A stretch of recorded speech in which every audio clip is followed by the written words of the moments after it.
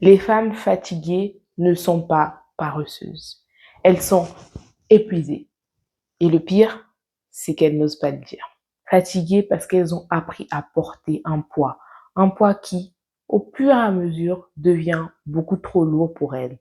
Surtout quand tu viens d'une culture où on t'apprend que gérer une maison, une famille, un travail, et en même temps running a business, c'est tout à fait normal et gérable. Et ben ça crée une génération de femmes frustrées, fatiguées, mais qui s'interdisent absolument d'en parler. Alors on est ici pour s'aimer en toute authenticité, parce que non, ce n'est pas facile de tout apprendre, ce n'est pas intuitif. Gérer sa vie, ça s'apprend, et surtout ça fatigue. Alors arrêtons de nous voiler la face et parlons-en. Bienvenue sur Gentle Me. Bienvenue sur Gentle Me, un refuge que l'on construit ensemble, où on apprend, où on réapprend à s'aimer en toute authenticité. Si cette aventure t'intéresse, n'hésite pas à t'abonner et à suivre l'ensemble des vidéos. J'espère que la série relationnelle qui est passée vous a plu. En tout cas, moi, elle m'a plu et j'ai vu qu'il y a eu beaucoup de likes, donc je suppose qu'elle vous a plu aussi. Aujourd'hui, on va parler d'une thématique qui concerne aussi beaucoup les femmes et qui est mise sous silence par la société, par la vie et surtout par nous, oui, les femmes elles-mêmes. On parle aujourd'hui de la fatigue et des principales raisons pour lesquelles on vit cette fatigue. Je vais citer 4 raisons pour lesquelles les femmes se fatiguent beaucoup. Reste avec moi jusqu'à la fin pour savoir la dernière raison qui est peut-être la plus dangereuse. La première raison pour laquelle les femmes sont fatiguées, c'est qu'en général, on va vouloir tout faire sans demander de l'aide. Sans demander de l'aide. Dans un monde ou surtout dans une culture, donc notamment la culture africaine et même aujourd'hui occidentale avec la hustle culture, on aura tendance à magnifier le travail, la progression perpétuelle. En gros, toujours en faire plus. Et de ce fait-là, je suis désolée, mais quelque part, les femmes sont lésées. Effectivement, lésées pourquoi? Parce que elles se rendent compte trop tard qu'en fait, en plus d'avoir des ambitions de girl boss, comme les hommes, eh ben, elles ont la charge mentale du foyer, elles ont la charge mentale de leur propre vie, de leur santé, il faut être soigné, la charge mentale des enfants, et en fait, elles se rendent compte trop tard qu'elles sont fatiguées. Pour vous expliquer ce concept de fatigue, je vais parler de mon histoire personnelle. Oui, parce que effectivement, quand j'ai eu mon premier enfant, beaucoup de personnes, et même avant de l'avoir, beaucoup de gens de voix m'ont donné le conseil de faire plusieurs enfants, d'enchaîner les enfants en fait, de faire, en tout cas, je ne souhaite pas me laisser emporter par ce genre de propagande, parce que effectivement, je me connais, je sais ce que je suis capable de supporter ou pas, et j'ai envie de pouvoir donner à chacun de mes enfants assez de temps, assez d'amour, et de le faire avec joie. Comme je l'ai dit dans une de mes vidéos, dire non sans culpabiliser, que vous pouvez trouver en barre de description, où je dis effectivement que ce qu'on fait, ce qu'on donne, il faut qu'on le donne avec amour. Et c'est pareil pour ce qu'on va faire pour nos enfants. Si je sais que là actuellement, je n'aurais pas, ou je pense ne pas avoir l'énergie nécessaire pour donner tout l'amour que je peux aux enfants que j'aurai, je préfère me limiter et me concentrer sur autre chose. J'ai déjà énormément de choses à faire. Quand je vois la charge que les femmes qui ont beaucoup d'enfants en bas âge vivent, je me dis, ok, c'est possible, tout est possible. Par contre, est-ce que je veux que ce soit là aujourd'hui, ma vie? Pour l'instant, non. Après, écoutez, moi je prends toujours du recul. On ne sait pas où de ce que demain nous fera vivre. On est ici, ça se trouve. J'en aurai plus tard des enfants qui auront moins d'un an d'écart. Mais pour le moment, en tout cas, ce n'est pas mon envie. Et je pense que ça contribue beaucoup à la fatigue. Moi, ma mère, au début, elle avait ce discours de me dire oui, c'est mieux d'avoir plusieurs enfants et tout. Après, quand elle a vu la vie qu'on mène en France, elle a vu à quel point on peut se retrouver avec peu de support, même elle de son côté, comme quand elle fait tout pour m'aider, quand bien même elle fait tout pour m'aider, elle se rend bien compte que son aide à elle, à distance, ça reste limité. Et du coup, l'idée d'enchaîner plusieurs enfants là où tu vas prendre, tu vas aller te déposer chez la grand-mère, c'est pas possible dans tous les cas. Et donc, c'est vraiment du cas par cas. Et dans tout ça, pensez à vous, pensez à la fatigue qui peut arriver. Ici, il n'y a pas de relais. On veut toujours continuer avec cette mentalité de dire oui, on va tout gérer, je vais tout gérer, je vais tout faire. Et à force de vouloir tout faire sans demander de l'aide, en se disant je vais tout gérer seul, on se retrouve fatigué et on ne vit plus la vie qu'on aimerait vivre. On n'arrive plus à tomber amoureuse de sa propre vie. Il faut bien se rendre compte que ça ne va pas toujours aller. Parce que quand tu restes avec ton conjoint, ton compagnon ou ta compagne, il faut se dire qu'à un moment, ça va demander beaucoup d'organisation, beaucoup de réalignement, beaucoup d'ajustements. Et de ce fait-là, de prendre en compte le fait d'être fatigué, c'est nécessaire. Et de prendre en compte le fait de savoir demander de l'aide. Parce que oui, effectivement, parfois, toi, tu vas être là, tu vas dire, oui, mais je suis fatiguée, comment l'autre ne voit pas mes cernes? Non, l'autre ne voit pas tes cernes. Et toi, parfois même moi, toi-même, tu ne vois pas la fatigue de l'autre. Donc, apprends à demander de l'aide, à l'expliciter, pas à se dire que l'autre va imaginer que j'ai besoin de son aide. Et quand je parle de ça, je parle à moi-même aussi. C'est d'apprendre à dire, j'ai besoin d'aide, j'ai besoin de soutien. Franchement, on nous a trop appris à ne pas le dire.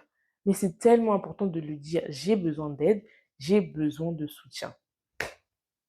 Allez, avec moi, j'ai besoin d'aide, j'ai besoin de soutien. Parfois, les gens ne seront pas en mesure de nous apporter cette aide et c'est OK. Et parfois, les gens n'attendent que ça, qu'on leur demande. Donc, demandons de l'aide, les femmes. La deuxième raison pour laquelle les femmes sont fatiguées, c'est que la charge mentale, ce ne sont pas que les tâches ménagères. Ah oui, la charge mentale, au début, quand on nous en parle, c'est souvent, oui, il y a des tâches ménagères à faire, il y a ci ou ça à prévoir, enfin, il y a ci ou ça à faire, il y a tel truc, tel truc. Oui, ça rentre dans la charge mentale. Mais la charge mentale, c'est aussi et surtout, pour nous les femmes, de toujours tout anticiper. Oui, on veut tout, vraiment cette vidéo me parle d'abord à moi. On veut tout anticiper, on veut tout prévoir, tout essayer de faire à l'avance, de millimétrer. Et en fait, on se rajoute une charge de travail qui peut attendre. Ça peut attendre. Relax. Je ne sais pas pourquoi, en tant que femme, on adore s'imposer des charges supplémentaires. C'est un kiff parfois. En tout cas, pour moi, parfois, c'est un kiff. Mais c'est pas bien. Ne faites pas ça. Il faut qu'on apprenne à se reposer. Et dans le repos, ne rien faire. Juste se reposer. Ne pas penser à ce qu'on va prévoir. Non, parfois, c'est juste le repos. Se reposer. Je suis fatiguée. Je me repose. Sans vouloir utiliser ce repos de manière active. Non, parfois, il faut juste se reposer. Poser.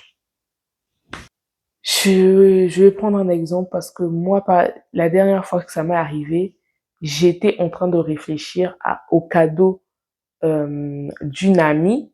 On était par exemple en septembre et son anniversaire c'est genre en janvier et j'étais en train de stresser à l'idée de l'offrir ce cadeau alors que où est l'urgence? Où est l'urgence? Il n'y a pas d'urgence, et ben tu te calmes.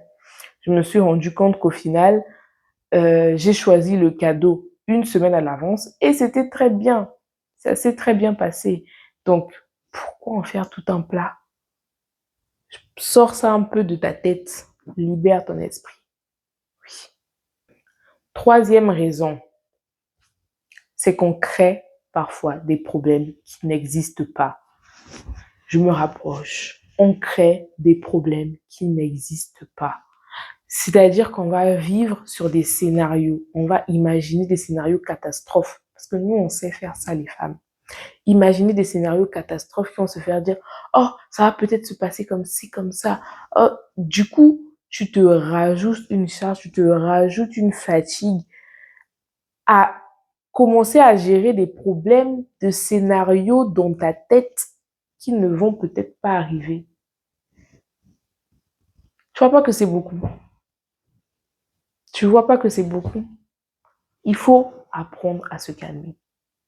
Oui, il faut arrêter de créer des problèmes, des scénarios imaginaires. La majorité des choses finissent par bien se passer.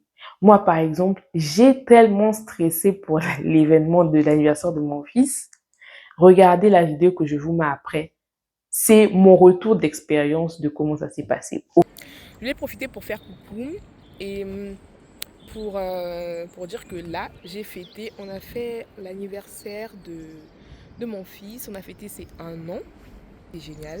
Et on avait préparé ça depuis pas longtemps. J'ai beaucoup stressé par rapport à la fête et tout parce qu'on allait inviter des gens à la maison et que j'aurais pas beaucoup de personnes qui allaient forcément m'aider à cuisiner au début. Mais au final, ça s'est super bien passé. Genre, je m'y attendais tellement pas que ça se passe super bien. Ça s'est trop, trop, trop bien passé. Je suis heureuse. Au final, ça s'est bien passé. Vraiment, arrêtons de créer des problèmes qui n'existent pas. Moi-même, quand je parle de cette vidéo, je mets mon cœur dedans parce que mes 2 pieds sont englués dedans. La fatigue, parfois, elle ne vient pas de ce que les autres nous demandent, mais elle vient de ce que nous-mêmes, on s'impose en tant que personne. Et parfois, il faut arrêter de s'imposer énormément de choses. C'est ce que je vais appeler l'autocompassion.